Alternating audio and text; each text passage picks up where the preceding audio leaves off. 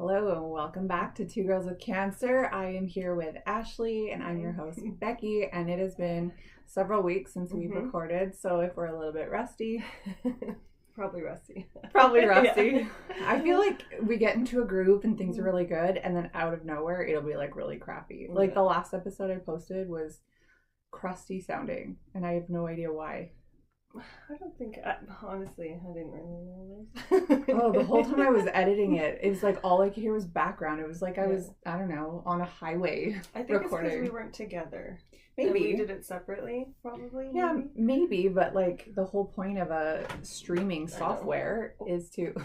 Well, it's because it's a very tight room with a very tight space. One of these days, Ash, we're gonna have a whole setup. One day. And don't mind this, I'm all natural today. No, I love it. Okay, tell them why. Because I went and seen my girlfriend. She does all the facials, eyebrows, eyelash lifts. I got that done today, so I can't really put anything. I need an eyelash lift. But if you look, I don't have very many eyelashes, so it doesn't even look. You need more protein.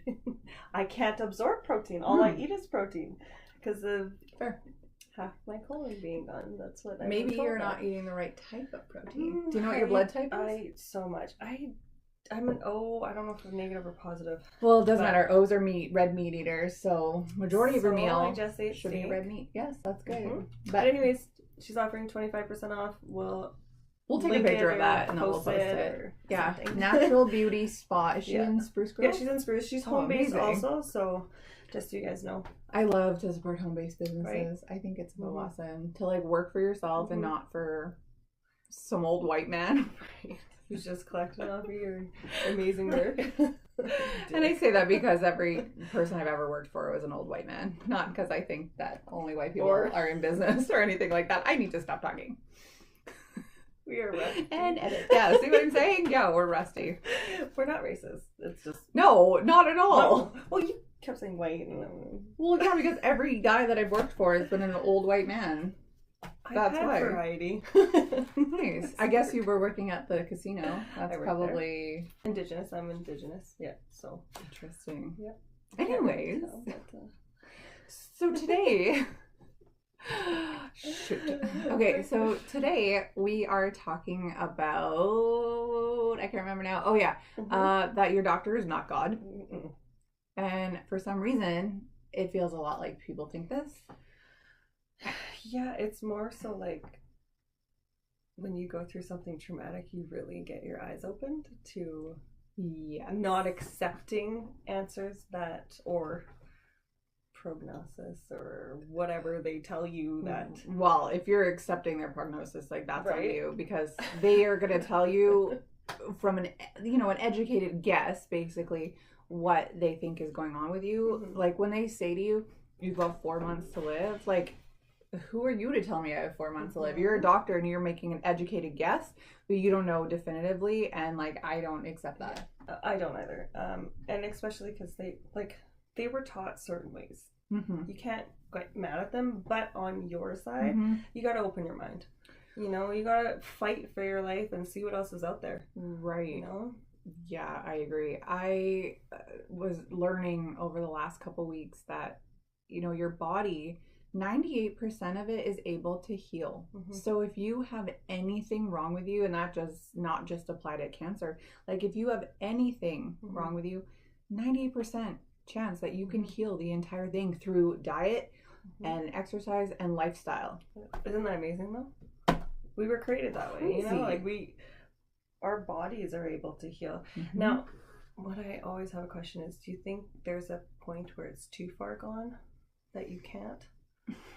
Yes and no. Right? I think it's maybe less that the disease is so far gone. It's that like you've taken care of your body so little that it does not have the tools to fight, or some of the medical interventions that you've done are just too aggressive that your body can't rebuild. I mean, look at chemo, like it literally shuts down your immune system to nothing, and like also we hope that you don't die while we're doing it, and then like try to have an immune system to like be better. I'm still immune compromised, and I'm how far out of surgeries? Almost a year. Yeah.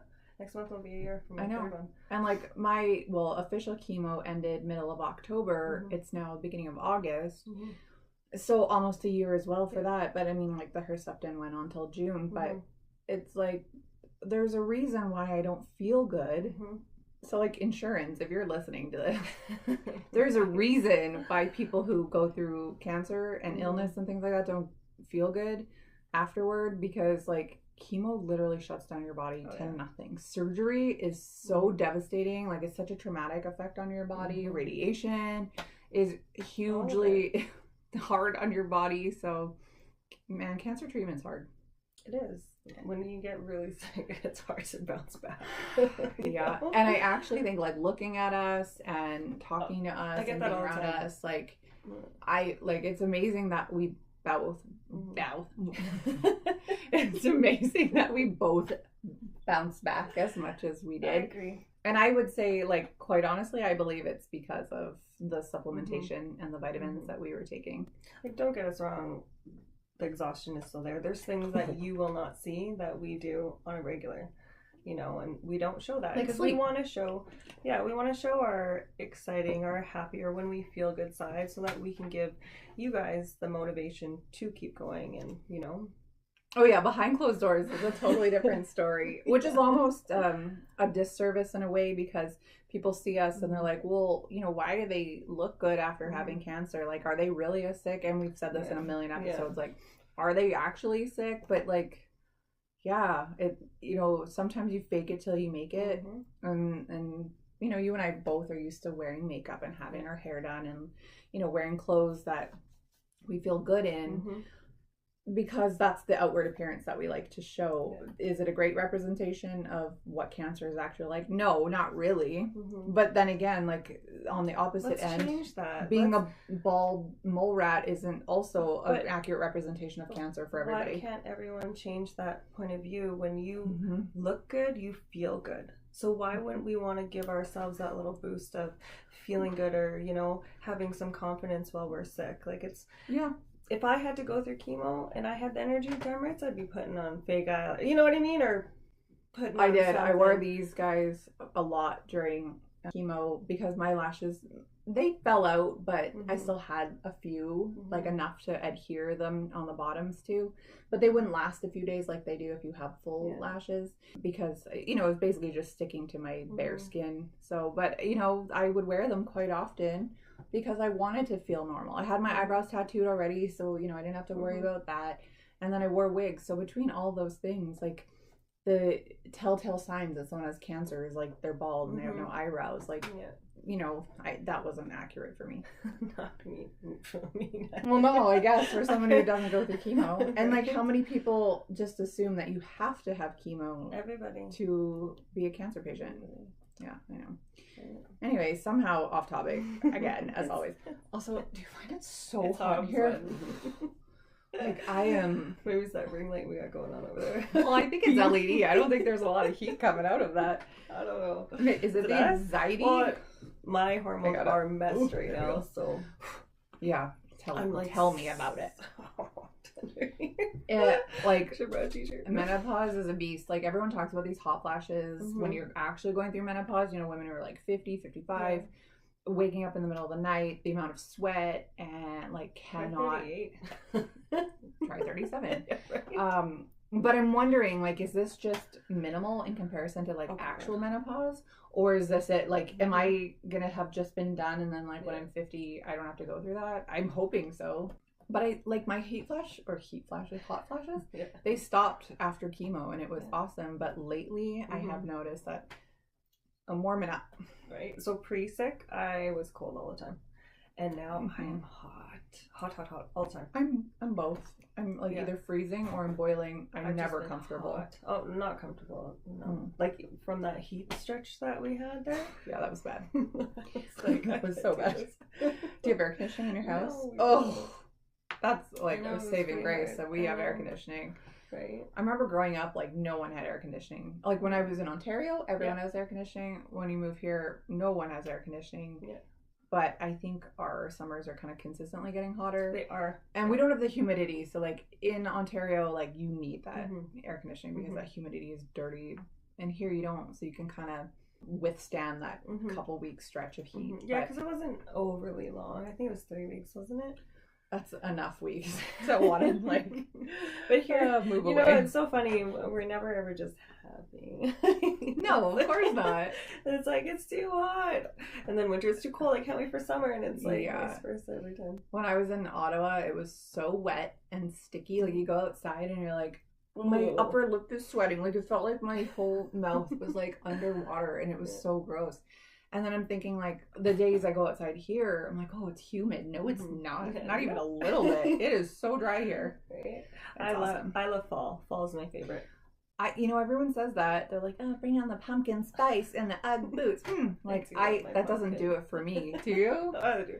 I never used to. I never really was a big coffee drinker until recently. Like, okay, we need to look into this. We've talked about this before.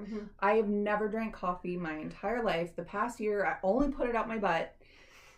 But now, which we're going to talk about soon. And she's going to teach me. And I'm going to teach her. And I'm going to do it for her. Just kidding. I'm not going to. Maybe. Anyway, like, I am obsessed with iced coffee. It's all. I had one today. That's all I want. I don't know why. I don't even enjoy the flavor. That's the thing. I have to have one a day. 1 to 3. McDonald's has a sugar-free one. It's not good. I don't think sweetener is good for you by any means, but is it better or worse than actual sugar for you? I don't know. Sugar, just the regular. Because like it's a healthy balance. I won't do the sweeteners. Yeah. I'll stick with just sugar. If I'm going to have sugar, if I'm going to have a sugar drink, I'm going to have sugar. That's kind of how I feel. Yeah, right? I'm wondering, like, could I make my own iced coffee and use a coconut milk? Of course you could. And then froth the coconut milk up and then use honey, and then I can use, like, an organic fair trade coffee. Why don't I do that? Is it just coffee in ice cubes? It's just like milk wrapping. Oh, that's why. Okay, I'm not ever doing that. No, but I mean, in your mind, you're probably like, why? Like, that is a lot of work. I don't think so. Well, we just got, what should we call it? My brain, come on. Words. You got this. The ice cream maker, or the Ninja maker? ice cream maker. Oh yeah. And I'm so excited because I love ice cream, but I couldn't eat it because it's all sugar, right? Bubblegum's my favorite, but I'm gonna start making it like protein ice cream. Oh. And healthier things, right?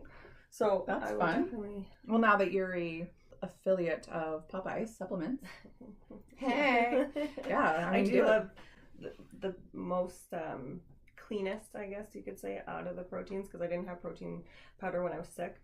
I just had natural protein, like meat, or whatever else protein, cottage cheese. It's the cleanest out of all of them that I have been able to find. I know there's one called Good Protein, and that's supposed to be super clean, but I haven't tried it yet. There is one that the Tallow Girls posted. Okay. And it's out of the States, and it is totally like carnivore keto one. Like there's not even any whey in it or milk or anything. It's all made from animals. And it looked good, and I thought, I'm gonna get this for my kid. And then I was like, I'll get it for myself, but then I'm cheap because the American dollar is so bad compared to ours.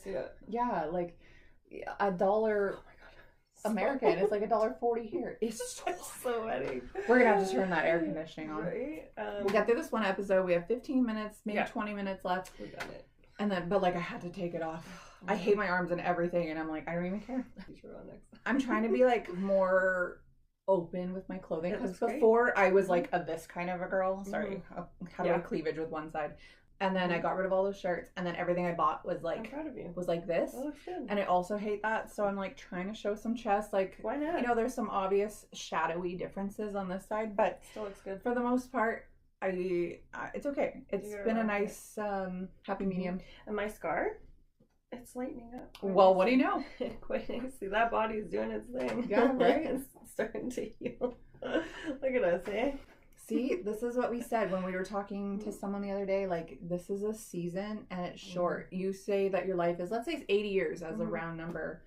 1 or 2 years of it is a fraction of your life, right? It's like, and that's why, like, the episode, do not listen to them if they tell you. Like, I was told last week that I got in between now and 15 years to live. I was so mad when you told me this, because of the cancer, the form of it, and blah blah blah.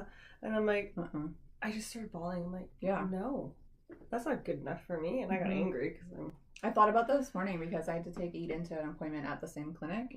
I was like, oh, these guys. Oh, and you know, and I don't like to talk ill, but compassion needs to be taught when you go through, because he's being a little snarky with me, and I was like, listen. Oh, was he? Yeah. No. I had to tell him, I said, you need a little more compassion, and I'm bawling. I'm like, this has already been a hell of a journey for me, and I'm 37 when I started, 38 now, and I'm 39 next month. Like, it's a lot.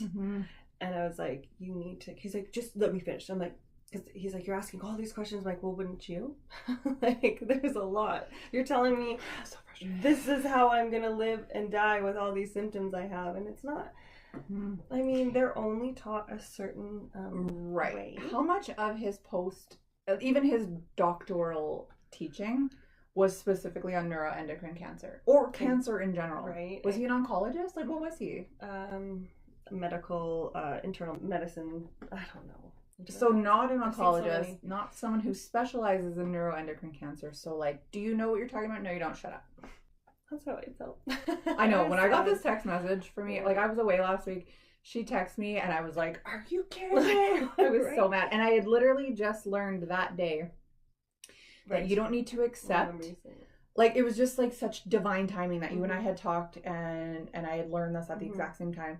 Like, number one, you don't accept what that doctor says, because that is a death sentence. That is a curse put on you, and you do not accept that. Well, nobody should say that. Yeah, it is a curse. Like, if someone is telling you you have X amount of time to live, that is a curse that your body hears, and it's going to live by. Absolutely not. You do not accept that. And also, your doctor is not God. He does not know the future. He does not know anything about anything other than, like, he knows his own body, and that's great, but nobody knows the future. Am I mad at him? No, because he's doing what he was supposed to do. Exactly, but it's the ignorance of some people when it comes to compassion to people who've gone through a rough journey. Yeah.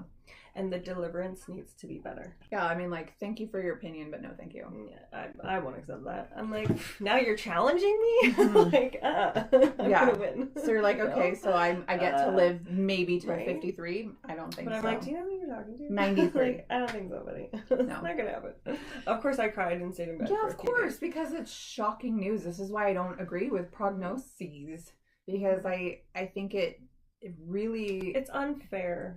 Well, it's unfair, and it also stunts the person. And it puts it in it plants that seed in your mind. So you're living in that state of fight or flight, but you're trying to control it, you're trying to be happy, and you're trying to move on with your life, even though you got this X amount of time. Like, do you remember when you were sick, like, before you found out, but you didn't feel good, but then they said it was your appendix, and it was like a sigh of relief, and like you felt better, and you felt better. In that 2 weeks or whatever, or 3 weeks that it took to get your results back, you were like, yeah, it was appendicitis, and I feel better. You legitimately feel better. And then they said, actually, it's cancer. Well, your mind now goes to the place, and now you're dying. Yeah. You don't just have a sickness. Yeah. But I was so happy. I was like, sweet, you guys figured it out. I go back to my work, and I can, carry on with my life. And then I was like, here's this. I know, because the mind is a powerful thing. The tongue is a powerful thing. So when people say things, this is like, again, we've talked about this 100 times too. Like, when people say things, there's power in people's words. That is biblical, okay? There's power in people's words, because what they say affects you. When you say, oh, sticks and stones, like, no, like, things that you say are a curse, and I don't accept them. And it, like, I was picked on when I was younger because of, your skinny booty. Yeah, but look at that. It's stuck with me my whole life. And then when I got sick and lost all my muscle mass, because I worked so hard to get somewhere, and then it's like, great. Now in my mind, it's like being picked on, all those things, but it's crazy that when the people do their delivering, when the doctors, and it's like, well, why wouldn't you think of that?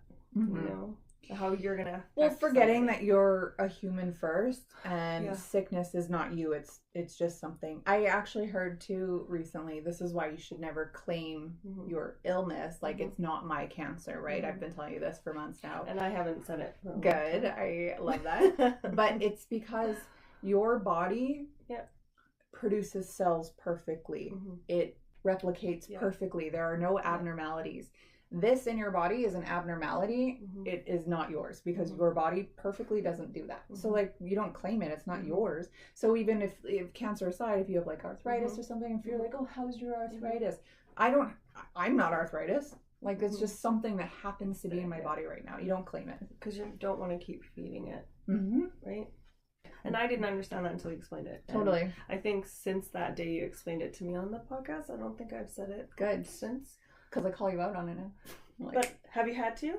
No, I think maybe once I heard it, and that's about it. And that was like right? a few months ago now. But I mean, it makes sense. And until you're brought aware of it, you don't know, right? Yeah. And it's just like the daily affirmations. Yeah. You know, we're telling yourself you're pretty and strong and, you know, like, right. you have to. Because it will actually retrain your brain. I watched a video yesterday that said get up in the morning and look at yourself in the mirror and say, like, I can do this today. I'm going to do this today. And it's like so many times where I've looked in the mirror at my body or my hair or whatever, and I'm just like, I love you. You look really nice. And it's hard because I know that I don't believe it, but you need to like get to that place where you do believe it. And it's like, I don't know, like I've been looking at my chest recently and I'm like, man, how nice would that look if that one was gone too? And I'm like, everything would be so easy.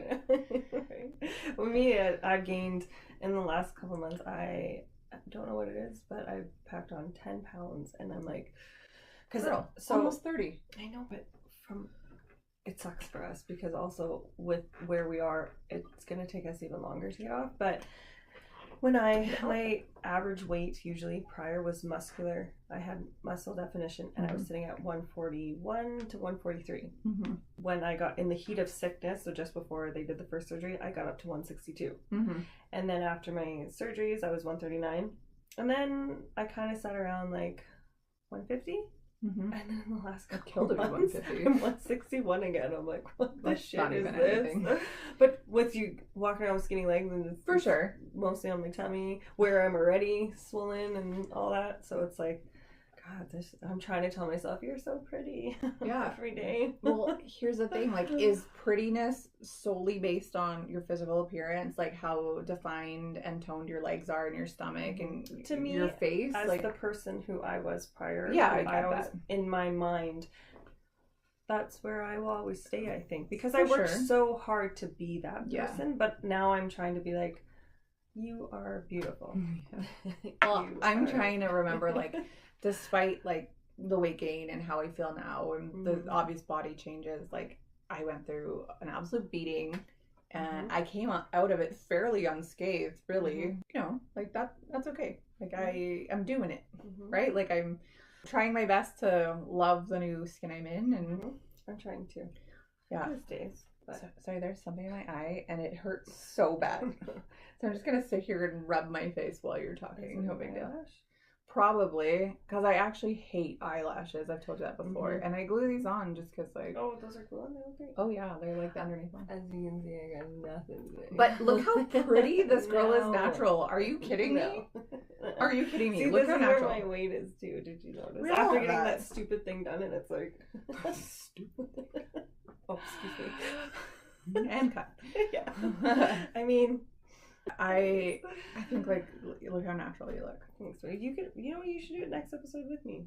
We'll have an no makeup. Yeah. Well, we're recording a bunch today. So this is gonna carry on for the next month. Yeah, in 5 weeks from now, it's gonna be no makeup. I'm not gonna fill my eyebrows. I'm not gonna put on blush and highlighter. I didn't even contour today. So there's gonna be none of that. And I'm gonna have bold tone though. I don't even have... Well, the lighting in here is very strange today. It's a very dark room now. Normally we have the curtains open, but today it was like this side of our faces was like dipped in oil. It was like so shiny. It looked like we're like oil dips. Yeah. Anyways, back to our topic as always. So the reason that this came up is because yesterday I sent you this text message. So I'm in this breast cancer support group local to our area, and I made the comment about live blood analysis, which, you know, Ashley and I talk about all the time. We believe in it. Ashley believes that it helps save her life. I do. And like how it is a very valid form of holistic health, right? And so I posted about it in this group because I think it's very important that people... It's awareness.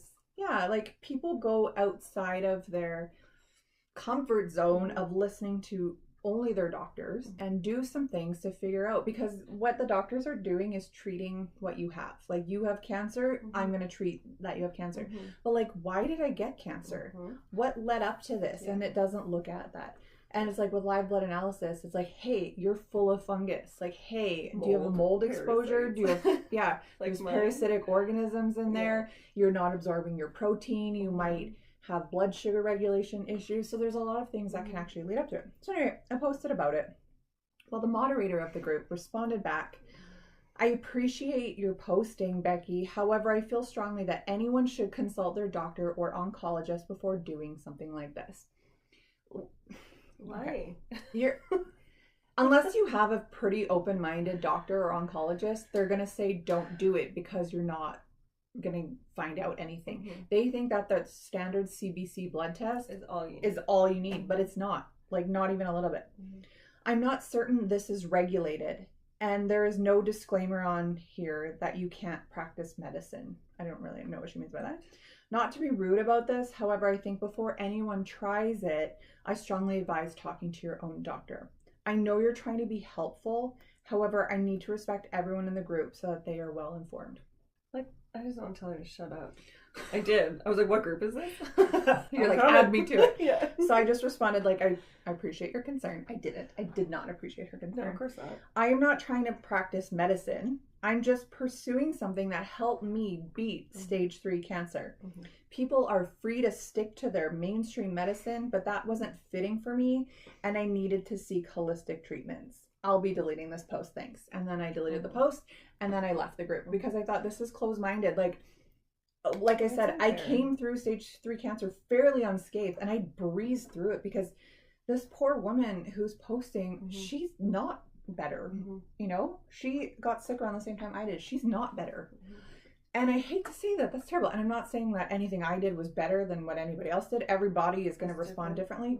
But I definitely attribute to a lot of my success in how strong I built back my immune system.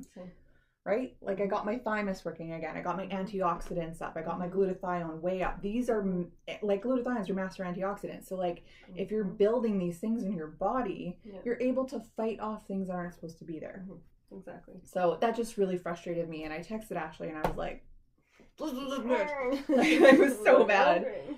And again, like, I appreciate her concern, but however, I think you're wrong. She is wrong. I'm going to say that. Straight up, you're wrong. Well, everyone's entitled to their opinion. Yes, of course they are. But when we did it, how would regular, what do we call them? Normies.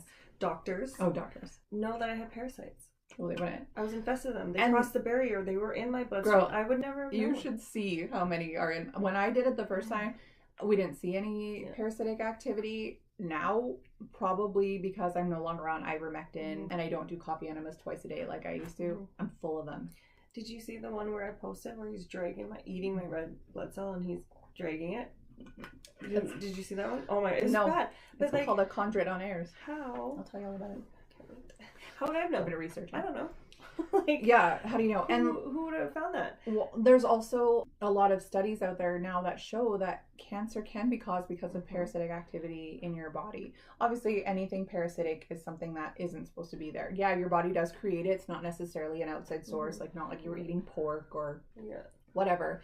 It's something that your body creates and it grows in you, but it's not supposed to be there. And it does eat. It's called, it's part of like what's called a pleomorphic cycle. And basically it's the decomposition of your body. So it starts from like what's normal in your body and it's like a cycle to like basically full degradation. Like it's decomposing your body. What's the phrase, like from dust you came and from dust you'll go kind of thing? That's literally what's happening in your body. So if you have these things in your body, it's eating your inside and breaking you down little bit by bit by bit by bit.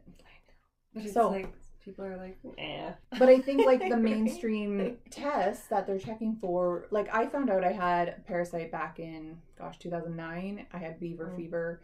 They could check that by doing a stool sample, but that's like an outside thing that got into my body. It wasn't your body creating parasitic organisms that are eating you. So anyway, so I was like really annoyed yesterday. and I wrote down about cognitive dissonance, and that's basically mental discomfort that results from holding two conflicting beliefs, values, or attitudes, or the discomfort when their behavior doesn't align with their values or beliefs. So one example it gave was like, that smoking's wrong, and yet you say it calms me down and I need to do it. That's cognitive dissonance. So it was a little bit different than what I thought it was. But it was saying that there's different defense mechanisms that come along with it, like avoiding the situation, so ignoring or discouraging others or distracting themselves, which was part of what I thought was going on yesterday with that lady. Delegitimizing it, so undermining evidence. Again, I felt like she was doing that as well. Or limiting the impact, so belittling the importance of it. So I thought that she was doing all that. Why? Maybe because she totally believes what her doctors are telling her, even though I'm sure deep down she's thinking like, hey, this girl had stage 3 breast cancer, and I'm young. I'm a lot younger than this woman. The younger you are, the more aggressive this cancer is, just so people know, right? Because your cells replicate that much faster. When you're an old lady and you get a cut on your leg, it doesn't heal forever because your cells are not replicating fast enough. So anyway, like, she's probably seeing this young person who was able to beat stage 3 cancer in a short period and think like, oh no, like, well, what she did couldn't have worked, or maybe it could have, but I don't want to accept it. So I don't know. All we're saying, open-minded. All we're saying is like, doctors are human. They have limited expertise because, like, they've never come up against every single thing that's ever existed, right? Like, their experience is limited. And they make errors. They make errors all the time. So they do. Yes, they do. This is how I ended up with cancer. We don't have medical background, blah, blah, blah. But we're not doctors. But this is our journey, and this is what we've done, and I don't want no haters on this one. Right. One thing I read while doing research for this was that your body better than anybody out there. And so it talks to us all the time, and we need to listen when it is talking to us. Like we've said before, if you feel something isn't right, trust your gut. Like, yeah, maybe some of it's psychosomatic, but the healthy, optimal mind isn't telling you that there's something wrong if there's nothing wrong, right? There's obviously something wrong also in your head. So like, if you're feeling off, you're probably right. You know your body. You live in your body every day.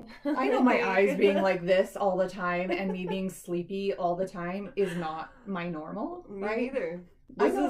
Oh man, I could go to the gym.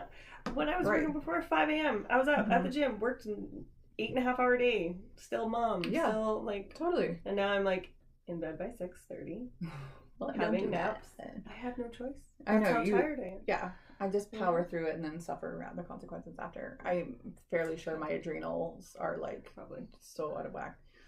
But yeah, I will leave everyone with this: that we are the bosses of our own health, and we have to take responsibility for it. So with that, join us next week when we are talking about, I don't know, are we talking about your topic next time? We're going to leave that one for a few weeks. Topic.